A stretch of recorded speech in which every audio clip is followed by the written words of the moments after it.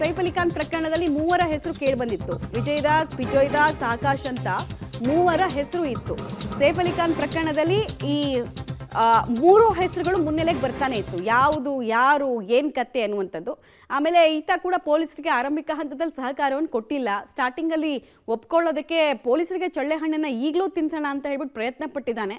ಹೆಸರು ಏನು ಅಂತ ಎಷ್ಟೇ ಸಲ ಕೇಳಿದ್ರು ಕೂಡ ಆತ ಹೇಳಿರಲಿಲ್ಲ. ನಂತರ ಪೊಲೀಸರಿಗೆ ಆತನ ಐಡೆಂಟಿಫಿಕೇಶನ್ ಗೊತ್ತಾಗಿದೆ.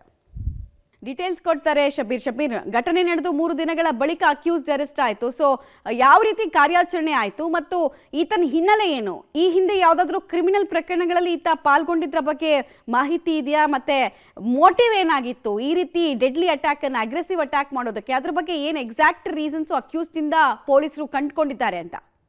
ಮಮತಾ ನೋಡಿ, ನಿನ್ನೆ ಮಧ್ಯಾಹ್ನ ದುರ್ಗ್ನಲ್ಲಿ ಒಬ್ಬ ವ್ಯಕ್ತಿಯನ್ನ ಬಂಧಿಸಲಾಗಿತ್ತು. ಆತನೇ ಕೊಲೆಯ ಶಂಕಿತ ಆರೋಪಿ ಅಂತಾನೂ ಕೂಡ ಪೊಲೀಸರು ಹೇಳಿದ್ರು. ಅದಾದ ಬಳಿಕ ಇವತ್ತು ಬೆಳಗ್ಗೆ ಈಗ ಮತ್ತಷ್ಟು ಮಹತ್ವದ ಬೆಳವಣಿಗೆಗಳಾಗಿರುವಂತದ್ದು. ಮಹಾರಾಷ್ಟ್ರದ ಠಾಣೆಯಲ್ಲಿ ಒಬ್ಬ ವ್ಯಕ್ತಿಯನ್ನ ಈಗ ಪೊಲೀಸರು ಬಂಧಿಸಿರುವಂತದ್ದು. ವಿಜಯದಾಸ್ ಅಲಿಯಾಸ್ ಮೊಹಮ್ಮದ್ ಅನ್ನುವಂತ ವ್ಯಕ್ತಿಯನ್ನ ಈಗ ಬಂಧಿಸಿ ವಶಕ್ಕೆ ಪಡೆಯುವಂತ ಕೆಲಸವನ್ನ ಪೊಲೀಸರು ಮಾಡಿದ್ದಾರೆ. ಈಗ ಪ್ರಾಥಮಿಕ ವಿಚಾರಣೆಯಲ್ಲಿ ಆತ ತಪ್ಪೊಪ್ಪಿಕೊಂಡಿದ್ದಾನೆ ಅನ್ನುವಂತ ಮಾಹಿತಿಗಳು ಕೂಡ ಸಿಗ್ತಾ ಇರುವಂತದ್ದು. ಹೀಗಾಗಿ ಆತನೇ ಆರೋಪಿ ಇರ್ಬೋದು ಅನ್ನುವಂತ ಲೆಕ್ಕಾಚಾರವನ್ನು ಕೂಡ ಈಗ ಹಾಕಲಾಗ್ತಾ ಇರುವಂತದ್ದು.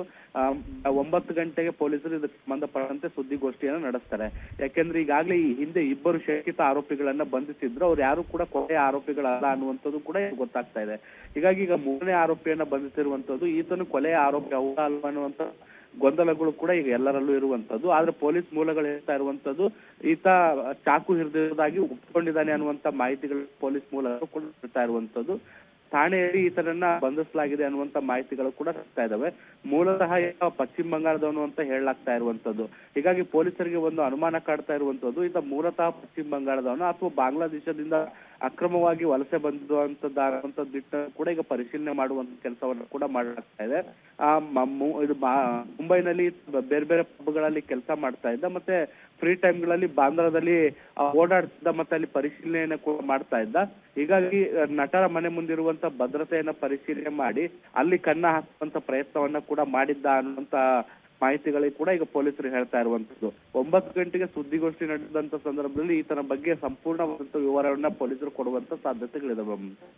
ಓಕೆ ಶಬೀರ್, ಈತನ ಒರಿಜಿನಲ್ ಹೆಸರು ನಿಜವಾಗ್ಲೂ ವಿಜಯದಾಸ ಅಥವಾ ಅಲ್ಲೂ ಏನಾದ್ರು ನಾಟಕ ಮಾಡ್ತಾ ಇದ್ದಾನ? ಬಿಕಾಸ್ ಕೆಲವೊಂದಷ್ಟು ಪತ್ರಿಕೆಗಳಲ್ಲಿ ಮೊಹಮ್ಮದ್ ಸಜ್ಜನ್ ಅಂತ ಈತನ ಹೆಸರು ಇತ್ತು ಅಂತೆಲ್ಲ ಹೇಳ್ತಾ ಇದ್ದಾರೆ. ಸೊ ಐಡೆಂಟಿಫಿಕೇಶನ್ ಬಗ್ಗೆ ಇನ್ನೂ ಕೂಡ ಕನ್ಫ್ಯೂಷನ್ಸ್ ಏನಾದರೂ ಇದಾವ? ಏನು ಮಾಹಿತಿ ಇದೆ ಅದ್ರ ಬಗ್ಗೆ? ಮತ್ತೆ ಅಷ್ಟು ದೊಡ್ಡ ಐಷಾರಾಮಿ ನಿವಾಸಕ್ಕೆ ಈತ ನುಗ್ಗಬೇಕು ಅಂದ್ರೆ ಇನ್ಸೈಡರ್ಸ್ ಹೆಲ್ಪ್ ಅನ್ನು ತಗೊಂಡಿದ್ನ ಅನ್ನುವಂತಹ ಪ್ರಶ್ನೆ ಕೂಡ ಇರುತ್ತೆ. ಸೊ ಅದಕ್ಕೆ ಸಂಬಂಧಪಟ್ಟಂತೆ ಪ್ರಾಥಮಿಕವಾಗಿ ಪೊಲೀಸರು ಯಾವ ರೀತಿ ಮಾಹಿತಿಯನ್ನು ಕಂಡುಕೊಂಡಿದ್ದಾರೆ ಅಂತ? ಮಮತಾ, ಈಗ ಆತ ವೈಯಕ್ತಿಕ ವಿಚಾರಗಳನ್ನ ಮಾತ್ರ ಕಲೆ ಹಾಕುವಂತ ಕೆಲಸವನ್ನ ಮಾಡ್ಕೊಳ್ಳಲಾಗಿರುವಂತದ್ದು. ಪ್ರಾಥಮಿಕ ತನಿಖೆಯಲ್ಲಿ ಆತ ವಿಜಯದಾಸ್ ಅಂತ ಹೇಳ್ಕೊಂಡಿರುವಂತದ್ದು, ಕೆಲವೊಮ್ಮೆ ಮೊಹಮ್ಮದ್ ಅಂತ ಹೇಳ್ಕೊಂಡಿದ್ದಾರೆ. ಹೀಗಾಗಿ ಆತನ ಮೂಲ ಏನು ಅನ್ನುವಂಥದ್ದು ಕೂಡ ಅಧಿಕೃತವಾಗಿಲ್ಲ. ಇದ್ರ ಜೊತೆಗೆ ಆತ ಪಶ್ಚಿಮ ಬಂಗಾಳ ಮೂಲ ಅಂತ ಹೇಳಿರುವಂತ ಹಿನ್ನೆಲೆಯಲ್ಲಿ ಅಕ್ರಮ ವಲಸಿಗನ ಅನ್ನುವಂಥದ್ದನ್ನ ಕೂಡ ಪರಿಶೀಲಿಸುವಂತ ಕೆಲಸವನ್ನ ಕೂಡ ಮಾಡ್ಲಾಗ್ತಾ ಇರುವಂತದ್ದು. ಆದ್ರೆ ಪ್ರಾಥಮಿಕ ವಿಚಾರಣೆಯಲ್ಲಿ ಆತ ಸೈಫ್ ಅಲಿ ಖಾನ್ ಮನೆಗೆ ನುಗ್ಗಿ ಚಾಕು ಹಿಡಿದೋರಾಗಿ ಒಪ್ಪಿಕೊಂಡಿದ್ದಾನೆ ಅನ್ನುವಂತ ಮಾಹಿತಿ ಕೂಡ ಈಗ ಸಿಗ್ತಾ ಇರುವಂತದ್ದು. ಇದನ್ನ ಹೊರತುಪಡಿಸಿ ಇನ್ನು ಯಾವುದೇ ಹೆಚ್ಚಿನ ಮಾಹಿತಿಗಳಿಲ್ಲ. ಅಂದ್ರೆ ಹೇಗೆ ಪ್ಲಾನ್ ಮಾಡಿದ್ದ, ಮತ್ತೆ ಒಳಗಡೆ ಹೇಗೆ ಪ್ರವೇಶ ಮಾಡದ, ಮನೆಯಲ್ಲಿ ಕೆಲಸ ಮಾಡೋರು ಯಾರಾದ್ರೂ ಈತನ ಪರಿಚಯ ಇದ್ರ, ಅವರ ನೆರವನ್ನ ಪಡ್ಕೊಂಡಿದ್ನ ಅನ್ನುವಂಥದ್ದು ಇನ್ನೂ ಕೂಡ ಸ್ಪಷ್ಟವಾಗಿಲ್ಲ.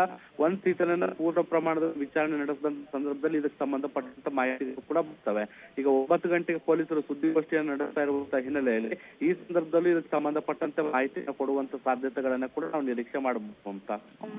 ಆಲ್ ರೈಟ್, ಧನ್ಯವಾದ ತಮ್ಮೆಲ್ಲ ಮಾಹಿತಿಗಾಗಿ. ಒಟ್ಟಿನಲ್ಲಿ ಈಗ ಅಕ್ಯೂಸ್ಡ್ ಹೆಸರು ವಿಜಯದಾಸ, ಮೊಹಮ್ಮದ್ ಸಜ್ಜಾನ, ಇನ್ನೂ ಕೂಡ ಕನ್ಫ್ಯೂಷನ್ ಮುಂದುವರಿತಾ ಇದೆ. ಬಿಕಾಸ್ ಅದು ಯಾವುದನ್ನು ನಿಜ ಹೇಳ್ತಾ ಇಲ್ಲ.